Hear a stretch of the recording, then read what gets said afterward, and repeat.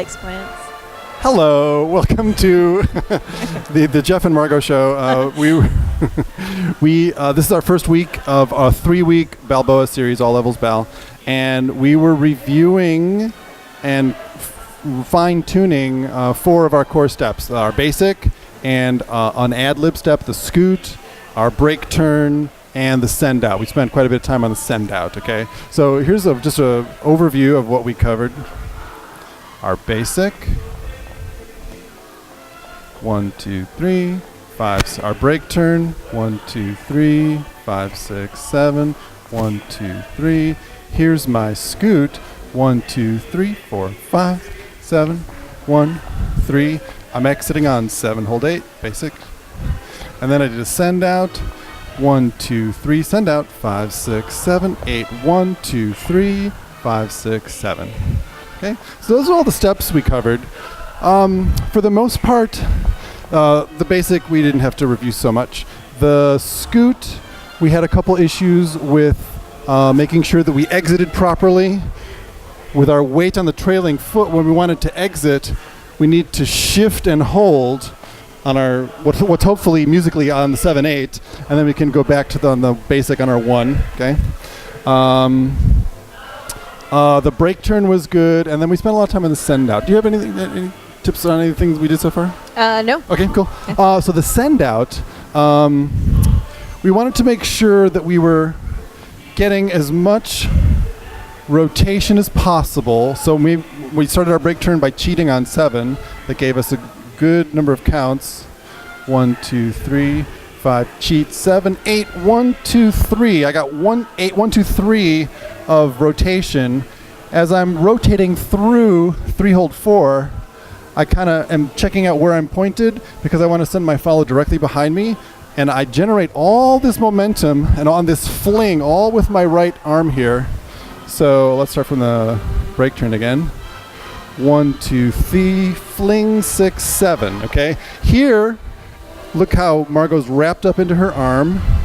And we have a nice linear stretch here. Neither of our arms are all stretched out or straight or anything. We've got a nice, bend here and a nice tight spring because this stretch is taut. Okay, it's a hit and release.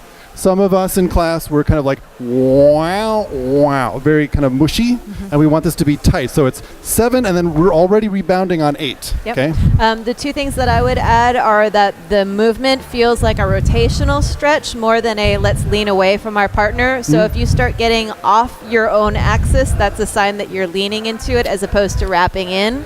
And the other thing is that follows and leads, both of us need to keep our fingers bent on this even as we're coming apart. Otherwise, one of us is going to go flying. Yeah, good point. All right, so so then there were issues with after the stretch. Some of our leaders started off by helping our follows to turn by tossing this arm, and that did 2 really bad things. It killed, the worst of which is it killed any forward momentum by making her spin on the spot. Okay.